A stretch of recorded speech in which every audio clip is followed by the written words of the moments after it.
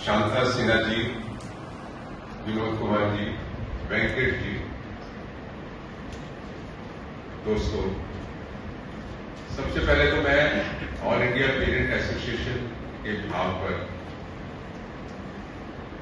सभी लोगों को मुबारकबाद देता हूं, वेलकम करता हूं। और हमारे बीच में बहुत सारे यंग कॉलेज स्टूडेंट्स हैं, उनका अपना एक महत्व है हमारे बीच में, क्योंकि वो फ्यूचर पेरेंट्स भी हैं और वो विक्टिम्स भी हैं इस सिस्टम में।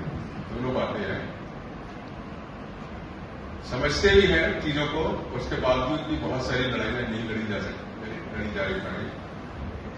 हम लोगों की जो ऑल इंडिया पेरेंट एसोसिएशन 5-6 साल पहले दिल्ली में फर्स्ट कन्वेंशन हुआ था और काफी जोश खरोश से हुआ था। बहुत सारे स्टेट्स के लोग उसमें आए थे और उसके बाद से ये कोशिश रही कि हम लोग निरंतर जो है काम करते रहे कुछ इश्यूज के ऊपर। लेकिन उसमें देखने को यह मिला कि इन 5-7 सालों के अंदर जो पेरेंट्स ने पूरे देश के अंदर जो लड़ाई लड़ी, वो सरकारी स्कूल की व्यवस्था को ठीक करने के लिए नहीं लड़ी। वो एनर्जी जो थी, वो सारी एनर्जी जो है वो प्राइवेट स्कूल की जो फीस की लड़ाई है उसकी तरफ चली गई। वो भी बहुत जरूरी है, क्योंकि वो भी एक शोषण का केंद्र है बहुत बड़ा, और उस पर हमला करना बहुत जरूरी है। लेकिन जो बुनियादी लड़ाई है और जिसकी वजह से ही प्राइवेट स्कूल की लूट और दूसरे तरीके की प्रॉब्लम्स आती है, वो है सरकारी स्कूल का ठीक ना होना। और उस ठीक ही नहीं होना, उसका डिटेरियोरेशन होना। अभी 1 महीने पहले असम के चीफ मिनिस्टर का स्टेटमेंट था कि हमारे स्कूलों के अंदर, सरकारी स्कूलों के अंदर हर साल एनरोलमेंट कम होती जा रही है और अगले 10 साल के अंदर सारे स्कूल बंद हो जाएंगे। इस तरीके का स्टेटमेंट था। और वो जो स्टेटमेंट है ना, वो सिर्फ मैं समझता हूं कि असम के लिए नहीं है, वो स्टेटमेंट पूरे देश के लिए है। क्योंकि आज हम ये देख रहे हैं कि हमारे पूरे देश के अंदर, हर एक राज्य के अंदर जो सरकारी स्कूलों का एनरोलमेंट है डे बाय डे घटता जा रहा है, और वो काफी परसेंट जो है वो प्राइवेट स्कूल्स की तरफ जा रहा है, चाहे वो बजट स्कूल हो, चाहे वो इंटरनेशनल स्कूल हो, चाहे वर्ल्ड स्कूल्स हो, उधर की तरफ जा रहा है। और बहुत बड़ा बच्चा इस बीच में ना इधर है ना उधर है, ना गवर्नमेंट सिस्टम में है और ना प्राइवेट सिस्टम में है, वो एक तरीके से आउट ऑफ सिस्टम हो गया है। ऑलरेडी देश के अंदर करोड़ों बच्चे जो है वो out of school, child labour, उसमें डिसेबल्ड बच्चे बहुत बड़ी संख्या के अंदर, क्योंकि आज भी उनके लिए जो सुविधाएं हैं ना प्राइवेट स्कूल्स में है ना गवर्नमेंट स्कूल्स के अंदर है। उनके जो टीचर चाहिए स्पेशल एजुकेटर, वो भी नहीं है। सुप्रीम कोर्ट भी बराबर इस तरीके के उनमें ऑर्डर्स पास कर रहा है कि आप प्रोवाइड करिए, लेकिन व्यवस्था कोई भी जो व्यवस्था है, व्यवस्था का मतलब जो सरकार है हमारी, वो कहीं भी डगमगाती हुई नजर नहीं आ रही कि कहीं वो कुछ करने को तैयार है। तो ये जो एक स्थिति है कि सरकारी स्कूल धीरे धीरे जो बंद हो रहे हैं, और बहुत सारे बंद हो चुके हैं देश के अंदर वर्जन के नाम पर। अगर स्कूलों में 10 बच्चे ही रह गए, 5 बच्चे ही रह गए, तो गवर्नमेंट जस्टिफिकेशन करती है कि हम 10 बच्चों के ऊपर पूरा स्कूल का इंफ्रास्ट्रक्चर कैसे रखें, इसको पड़ोस दूसरे स्कूल के अंदर ट्रांसफर कर दो। उसका भी पॉजिटिव और नेगेटिव दोनों इफेक्ट है।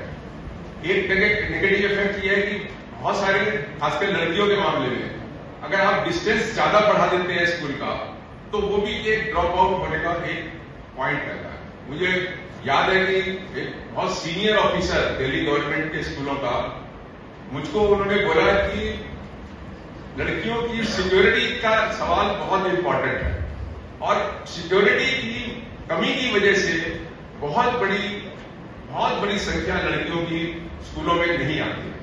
तो आपको यह इंश्योर करना पड़ेगा कि घर से स्कूल और स्कूल से घर तक उसको पूरी सुविधा मिले, ट्रांसपोर्ट की जरूरत है वो मिले, सड़क प्रॉपर हो वो भी उसके लिए इंश्योर हो। तो ये बहुत जरूरी है तो अभी जो हमारी ऑल इंडिया पेरेंट एसोसिएशन की जो कहानी है वो मैं 2 लाइन में बता सकता हूं कि ये कहानी है हमारी फेलियर्स और सक्सेसेस की, दोनों है, फेलियर्स भी है और सक्सेसेस भी है। जैसे हम आपको बताएं, हमने अपने 22-25 साल के अंदर जब से हमने एजुकेशन का एक एरिया एक तरीके से इंटरवेंशन किया है, सैकड़ों केस डाले होंगे, सैकड़ों, सुप्रीम कोर्ट में, हाई कोर्ट में सैकड़ों, हमें गिनती भी नहीं पता हमने कितने केसेस डाले हैं। शायद एजुकेशन का, खासकर स्कूल एजुकेशन का, हमने हायर एजुकेशन को ज्यादा टच नहीं किया, इक्का दुक्का कोई केस दिया होगा, लेकिन स्कूल एजुकेशन का शायद मैंने ख्याल से कोई भी एरिया ऐसा नहीं होगा जो अनटच्ड ना हो। छोटे से छोटा, चाहे बच्चे को स्कूल से निकाल दिया, फेल हो गया तो निकाल दिया, फिर बच्चे को लिया नहीं दोबारा से, एडमिशन नहीं हुआ, और दुनिया भर की जो प्रॉब्लम्स हैं उन सबको टच किया, चाहे वो इंफ्रास्ट्रक्चर था, टीचर्स अपॉइंटमेंट्स था, सब पे किया और उसका इम्पैक्ट भी हुआ। ऐसा नहीं है कि उसका इम्पैक्ट नहीं हुआ, क्योंकि कोई भी अच्छी चीज जाती है, और आज के वक्त में जहां मीडिया इतना हावी है और लोग इतने समझदार हो गए हैं, मतलब अच्छी बात है, अवेयरनेस है। हमारे क्लाइंट जो है वो हमें जजमेंट निकाल के लाके देते हैं कि वकील साहब ये जजमेंट देखिए, ये इससे मैं कवर दूं, मेरे को ये जजमेंट जज साहब को दिखा के ना मेरा फैसला करा दो। हम कहते हैं यार ये जॉब तो हमारा था, जजमेंट निकालने का है, आपका तो जॉब नहीं था, आप तो हमें फैक्ट्स ही बताइए ना, अपनी प्रॉब्लम बताइए, लेकिन आप तो हमसे हमारे लिए जजमेंट भी निकाल के दे रहे हैं। तो इस माहौल के अंदर जहां इतना जबरदस्त कम्युनिकेशन है, अभी हमारा फेसबुक लाइव चल रहा है, आई डोंट नो कहां पे कितनी दूर जा रहा होगा ये, कितने लोग इसको देख रहे होंगे और देखकर ये महसूस कर रहे होंगे यार हम भी अगर उस मीटिंग में जाते तो कुछ मजा और होता है, हमने उसको मिस किया है। और वो कहीं ना कहीं उनके मन में, दिल में कहीं जगह बनाएगा कि अगली बार वो हमारी जो मीटिंग होगी तो दिखेंगे। तो उसका इम्पैक्ट तो हुआ, जो हमने इतने सारे सैकड़ों केसेस करे, लेकिन हमने एक चीज महसूस करी और उसमें पब्लिक का इन्वॉल्वमेंट भी हुआ, क्योंकि हमारा जो स्टाइल ऑफ वर्किंग है वो इस तरीके का है, जब हम कोई कोर्ट में केस करते हैं और किसी कम्युनिटी के लिए करते हैं या किसी ग्रुप ऑफ पर्संस के लिए करते हैं, तो हमारी कोशिश रहती है कि जब हियरिंग हो ना तो वो भी ग्रुप कोर्ट के अंदर खड़ा। एक बार हमने ऑर्फन बच्चों के लिए केस किया था कि उनका एफिडेविट जो है वो पेरेंट को कानून के अंदर या पेरेंट को देना है, इसलिए एडमिशन होगा, और क्योंकि पेरेंट ऑर्फन बच्चे के होते नहीं है तो एफिडेविट दिया नहीं जाएगा, एडमिशन होगा नहीं, तो राइट टू एजुकेशन का क्या मतलब है? तो उसमें कोर्ट ने बहुत फेवरेबल ऑर्डर किया और उसका इम्पैक्ट हुआ।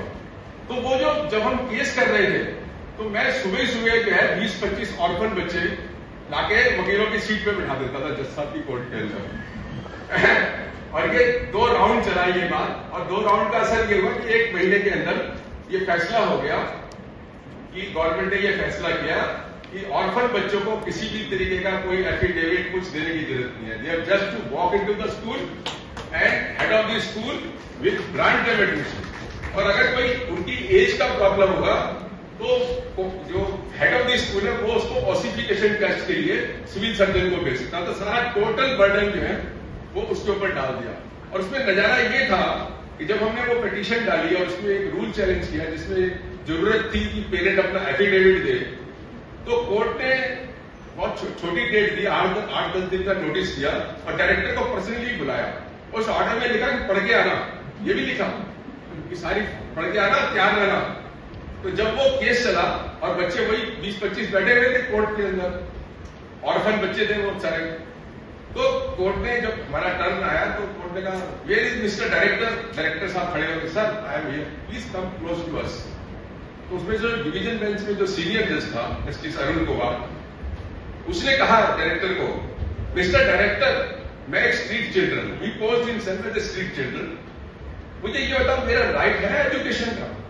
Yes sir, yes sir. कहलेगा फिर मेरा तो बाप नहीं है, मेरा एफिडेविट कौन देगा, मेरा एडमिशन कैसे होगा ये बता दो।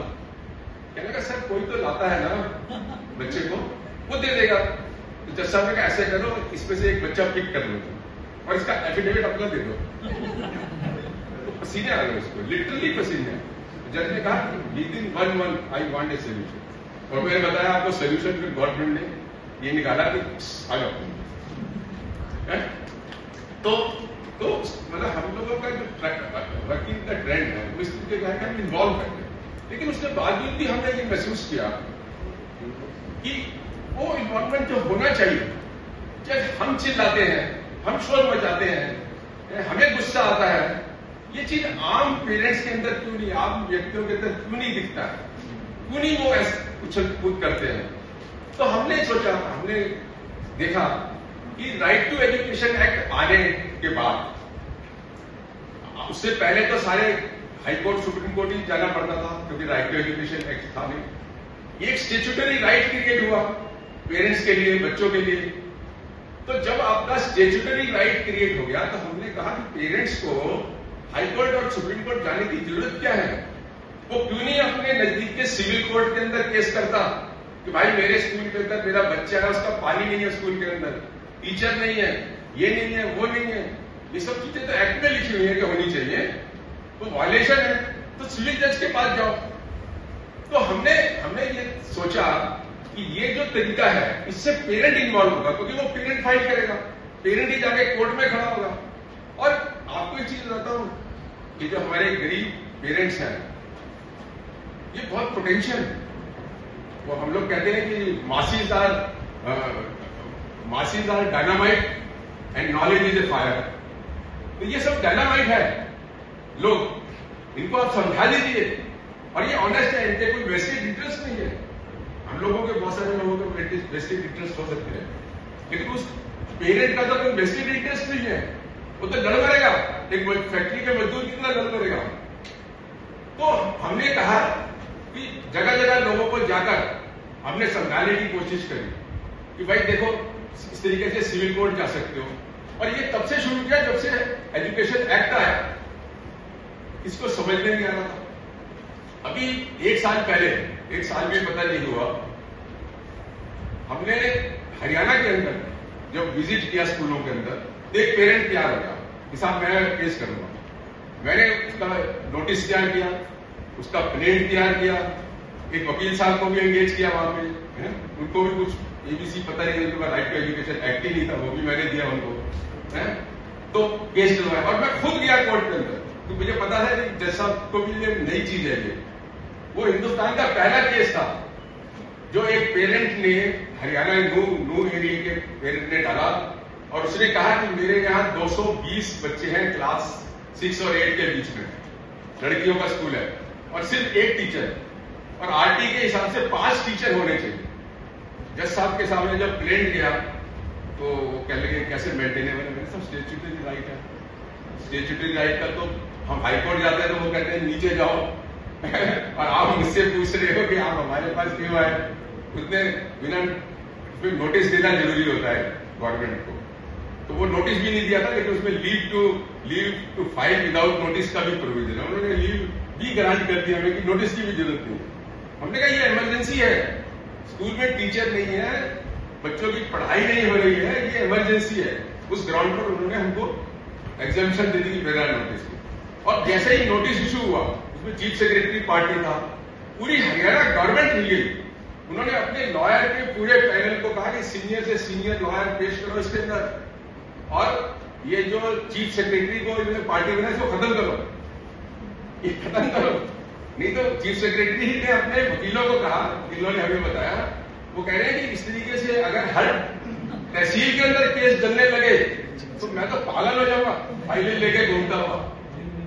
तो उन्होंने ऑफिशियली एप्लीकेशन लगाई कि साहब ये चीफ सेक्रेटरी रेलिवेंट पार्टी नहीं है, उसको डिलीट करो। मैंने कहा यही पार्टी नहीं है तो पार्टी कौन है, यही तो पार्टी है। और उसने पूरे हरियाणा के अंदर उस केस ने हंगामा कर दिया, नेशनल न्यूज ने भी उसको कैरी किया, नेशनल प्रिंट मीडिया ने भी उसको कैरी किया as a first case by the parent under RTE before the civil जज। और उसका नतीजा ये हुआ कि मिनिस्टर ने सारे एमएलए और एमपी को वहां लेके बुलाया और कहा भाई ये बीमारी को सॉल्व करो, क्योंकि अब हमारा तो ये एंगल था कि हजारों केस चल जाए, लेकिन उसके बाद फिर कोई पेरेंट नहीं मिला। वकील की भी प्रॉब्लम होती है, जबकि इसमें वकील की भी जरूरत नहीं है। हमने लोगों को समझाया इसमें वकील की जरूरत नहीं है। शुरू में थोड़ा सा जज साहब को समझाने के लिए चाहिए होगा तो हम आ जाएंगे जहां भी कहेंगे, है? लेकिन उसके बाद फिर आप सीधे जाके खड़े हो जाओ, वकील की भी जरूरत नहीं है।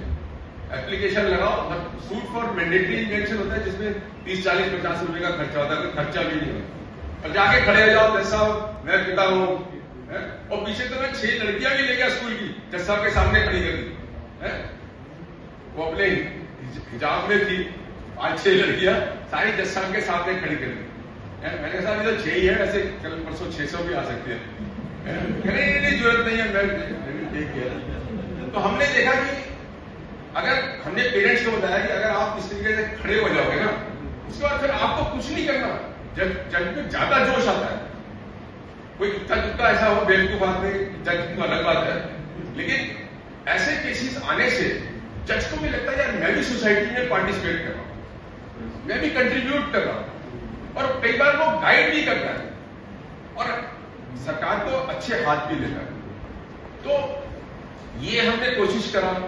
हम बिहार में भी हमें एक पेरेंट मिला, उसका हमने नोटिस दिल्ली से भेजा बिहार के चीफ मिनिस्टर को और चीफ मिनिस्टर चीफ सेक्रेटरी को, और उसके बाद फिर मैं खुद एक हफ्ता, मैं और मोहन जी हमारे बिहार से बिलोंग करते हैं, एक हफ्ता हमने ईस्ट चंपारण में कैंपिंग करा, बहुत सारे स्कूलों में गए, वहां से लाइव और वैसे वीडियो भेजे, वहां के पेरेंट्स से बात करी, गांव के अंदर मीटिंग्स करी, स्कूल के बच्चों से बात करी, एक को हमने समझाया कि इस तरीके का नोटिस है और सिर्फ आपको नाम बदलना है, पेरेंट ने साइन करना है और ईमेल से चीफ सेक्रेटरी को भेज दो।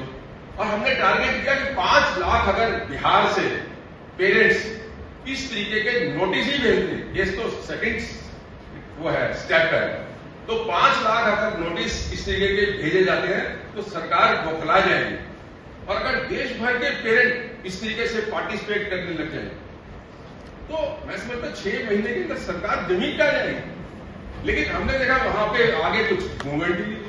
इवन जिस पेरेंट का मैंने नोटिस दिया था और वो हमें लगा कि बहुत एक्टिव है, अभी कल परसों बात है तो पता है मैं काठमांडू में बैठा हूँ, तू काठमांडू में क्या कर रहा है, यहाँ लड़ाई की जरूरत है, तू काठमांडू में क्या कर रहा है। हमने राजस्थान के बहुत सारे स्कूलों को विजिट किया जो इधर हरियाणा के साथ लगे हुए थे, और देखा मिजरेबल हालत है।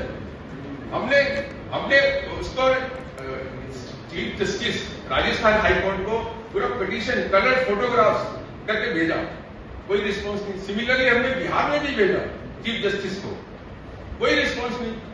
फिर हमने सोचा कि नहीं कोई बात नहीं है, हम रेगुलर पिटीशन डालेंगे, वो तो सुनेगा ही ना, हम चले जाएंगे बिहार और राजस्थान, तो अलग बात है।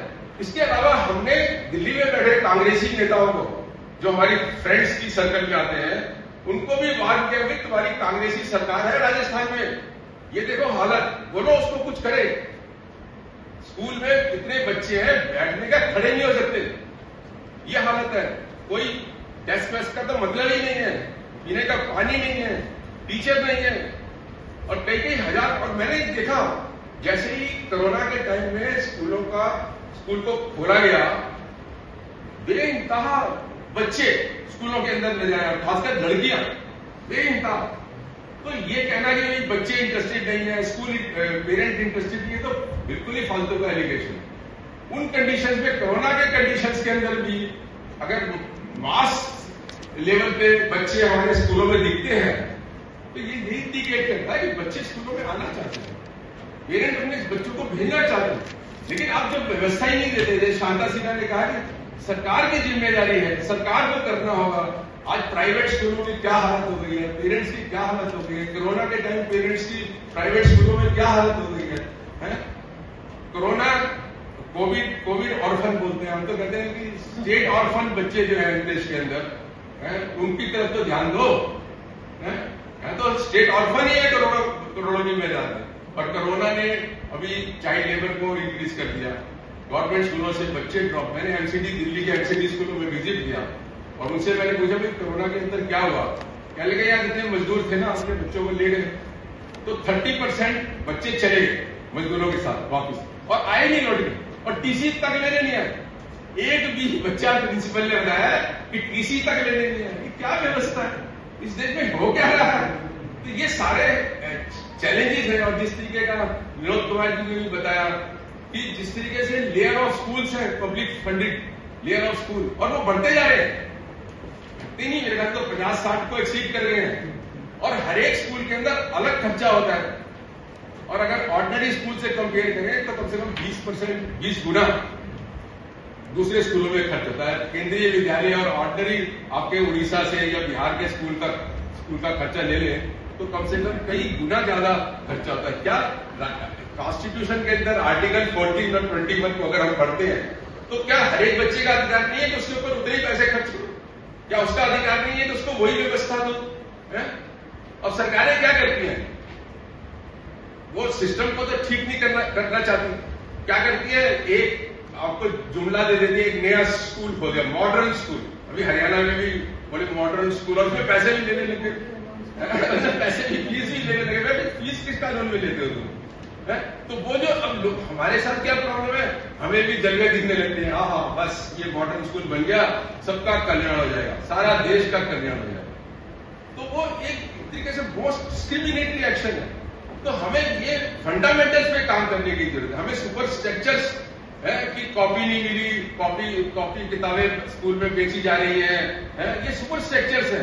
अब फंडामेंटल्स जो काय को ये कमर्शलाइजेशन होता है, उसके जो बेसिक फंडामेंटल्स है उस पर काम करने की जरूरत है। हमारे सरकारी सिस्टम क्यों खराब है, उसके बेसिक्स पे काम करने की जरूरत है। हमने दिल्ली के अंदर लड़ के कितना टीचर एम्प्लॉय किया है। कोर्ट के इंटरवेंशन की वजह से ही आज जो 80-90% सरकारी स्कूलों में टीचर है वो कोर्ट की वजह से है? मैं उनको बोलता हमें तुमसे पूछनी चाहिए, तुम पढ़ाओ तो सही, पढ़ाते ही। अगर टीचर भर्ती भी कर लो, पहले तो कहेंगे टीचर नहीं है, तो टीचर भर्ती कर लो वो भी ना पढ़ाए, तो ये क्या है? तो ये स्कूल मैनेजमेंट कमेटी भी एक लिफाफा बन गई है, सब MP MLA के कब्जे में है वहां पर, जबकि ये एक वाइब्रेंट बॉडी इनको माना गया। प्राइवेट स्कूलों की तो मैनेजिंग कमेटी में हम लोग बोल रहे हैं कि सेंट्रल लॉ लाओ फी रेगुलेशन का, और 50% रिप्रेजेंटेशन दो पेरेंट को, क्योंकि आप एक चैरिटेबल इंस्टीट्यूशन हो, आप मना थोड़ी कर सकते हो। और मेरे पैसे से ही सारा स्कूल चलाते हो और मुझको ही बाहर रखते हो स्कूल से, तो क्यों नहीं 50% पेरेंट्स को रिप्रेजेंटेशन देते मैनेजिंग कमेटी के अंदर? जबकि राइट टू एजुकेशन के अंदर गवर्नमेंट स्कूल में 75% है। तो हमें ये सब वाइबल बनाने, और जहां तक दूसरी ऑर्गेनाइजेशंस के साथ मिलकर काम करने की जरूरत है। दिल्ली में हमारे एक बड़ा मास ऑर्गेनाइजेशन है, बहुत सारी मिलकर राइट टू एजुकेशन पे काम करेंगे, SFI वगैरह बहुत सारे लोग हैं, यूनिवर्सिटी के भी लोग हैं। उसमें हमारा भी all India parent association associate रहता है उस एक्टिविटी में। तो ये भी एक बहुत अच्छा आइडिया है कि जो दूसरी ऑर्गेनाइजेशंस हैं उनके साथ भी मिलकर काम करें। तो इस तरीके के मुझे लगता है जड़ के अंदर, रूट कॉज के अंदर हम अगर कुछ वायरस फैला सकते हैं तो मुझे लगता है कि पूरा सिस्टम जो है कोलैप्स कर सकता है, एक नया सिस्टम बिल्ड कर सकता है। तो ये इस तरीके के हमें थोड़ी चीजें और उसमें कंसंट्रेट करने की जरूरत है। अगर आज हम ये डिसाइड करते हैं कि हमारे all India parent association 1 point program करेगी कि देश का हर एक पेरेंट एक लीगल नोटिस अपने साइन से अपने चीफ मिनिस्टर और चीफ सेक्रेटरी को भेजेगा, तो मैं समझता हूं कि तहलका बच जाएगा। हमें बहुत सारी और चीजों को ध्यान देने की जरूरत नहीं है, और ये शुरुआत होगी। इसका मतलब ये नहीं कि वहां अंत हो गया, उसी से कोई नई चीज निकलेगी, नया आइडिया निकलेगा कि हमारी स्टेप 2 क्या होगा, स्टेप 3 क्या होगा। लेकिन हमारे स्टेप तो हजारों में है, तो we are everywhere and nowhere, ये पोजीशन है। But we have to be somewhere very strongly. तो इसलिए मेरे को ये समझ में लगता है कि अगर हम रियली सीरियस है कि सरकारी स्कूलों का ढांचा ठीक किया जाए, और हमारे पास राइट टू एजुकेशन एक्ट जैसा एक वेपन भी है, और एक प्लेटफॉर्म भी है अदालत, और पेरेंट भी है जो विक्टिम है, बच्चे हैं जो विक्टिम है। तो ये अगर हम 1 पॉइंट प्रोग्राम शुरू करते हैं और उनको केसेस दिलवाते हैं, उसमें कोई प्रॉब्लम नहीं। मैं 24/7 आपके साथ काम करने के लिए, आप मुझे कहीं भी हिंदुस्तान के किसी अदालत में बुलाएंगे, मैं आ जाऊंगा आर्ग्यू करने के लिए आपके साथ बैठ के पेंच लगाने को तैयार हूँ। आप दिन पेरेंट्स के अंदर वहां बैठ के मैं खुद नोटिस तैयार करने के लिए तैयार हूं। लेकिन करिए, एक कई छोटी सी कई बार ज्वालामुखी बन जाती है। और मुझे ये लगता है क्योंकि इसमें पेरेंट का अपना पार्टिसिपेशन है जो बहुत इंपॉर्टेंट है। कोई लड़ाई नहीं लड़ सकते जब तक मासिस उसके अंदर नहीं जुड़े। बहुत सारे ट्रेड यूनियन की मूवमेंट पहले जाती है क्योंकि कॉमन आदमी उनके साथ नहीं होता, वो सोचते हैं हम अकेले ही लड़ लेंगे। अगर आंगनबाड़ी वाले लड़ रहे हैं तो वो सोचते हैं अकेले ही लड़ लेंगे, दूसरे सोचते हैं हमें क्या लेना है इससे। नहीं, हमें सब लोगों को एक दूसरे के साथ मिलकर चलना पड़ेगा। आज वर्कर्स की देश के अंदर क्या कंडीशन है तो मुझे कहने की जरूरत ही नहीं। बद से बदतर हो गई है। जो कोविड से पहले पैसे मिलते थे वो भी पूरे नहीं मिलते थे, और कोविड के बाद जब एम्प्लॉय किया तो आधे भी नहीं करे उनको। ये हालत है। कैसे पढ़ाएगा अपने बच्चे को, कैसे अपने बच्चे अपने घर में कोई बीमार हो जाए तो उसका इलाज कराएगा। ये सारे इश्यूज हैं, ये भी इग्नोर नहीं कर सकते हम, क्योंकि अल्टीमेटली ये बच्चे के ऊपर अफेक्ट करते हैं, बच्चे की लाइफ पे अफेक्ट करते हैं। कितने लोगों की नौकरी चली जाती है, बच्चों को स्कूलों से निकाल लेते हैं, काम पर भेज देते हैं। क्या हमारे पास सोल्यूशन है उसका? क्या हम पेरेंट को काम दे सकते हैं? क्या हम बच्चे पे अपने पैसे खर्च कर सकते हैं? तो हमें कुछ एक आंदोलन तरीके से, मूवमेंट तरीके से इन समस्याओं पे हल करना पड़ेगा। मुझे पूरी उम्मीद है, मैं आज बड़ी उससे आया हूँ, बड़ी मनोकामना लेके आया हूँ, बड़ी इच्छाएं लेके आया हूँ और बड़ी उम्मीद लेकर आया हूँ कि आप लोग कोई ऐसा साइंटिफिक फार्मूला निकालेंगे। जैसे मैं कल किसी को कह रहा था कि आर्चिमिडीज, मुझे नहीं पता, मैंने पढ़ा नहीं है लेकिन मैंने सुना है कि आर्चिमिडीज ने कहा कि मुझे इस धरती के बाहर कोई जगह दे दो और एक लंबा सा डंडा दे दो मेरे को, तो मैं धरती को ही पलट दूंगा यूं करके। तो हमें कोई इस तरीके का कोई साइंटिफिक फार्मूला और फार्मूले निकाल कर लड़ना पड़ेगा। सुपर स्ट्रक्चर की लड़ाई आप करते रहिए। अगर किसी को कैंसर है और उसकी वजह से ऊपर जख्म हो जाता है, जख्म की आप पट्टी करते जा रहे हैं और कैंसर का इलाज नहीं करते तो एक दिन मर जाएगा, और इसी तरीके से लोग यहाँ मर जाए। तो मैं आज उम्मीद करता हूँ कि ये जो हमारे 3 दिन जो ब्रेन स्ट्रॉमिंग हो गए, भाई बच्चे भी हमारे खासकर जो है मेरी बड़ी जबरदस्त नजर है इनके ऊपर, और उम्मीद है इनकी तरफ, बच्चों की तरफ, कि ये लोग इसमें एक्टिवली पार्टिसिपेट करेंगे, क्योंकि ये फ्यूचर हमारे पेरेंट्स आजकल विक्टिम है जैसे मैंने कहा। तो मुझे लगता है एंड ऑफ द डे जो है वो कोई इस तरीके की चीजें निकली और यूनानी विजडम होना चाहिए। हम लोग जितने भी स्टेट से आए हैं, मुझे लगता है कि हम लोग अपने अपने स्टेट में अगर एज ए वन मैन, मैं कहता हूं अगर एक स्टेट में एक आदमी भी सरकार से उलझ सकता है राइट तरीके से, तो मैं कह सकता हूं कि कुछ बदलने वाला। Thank you very much.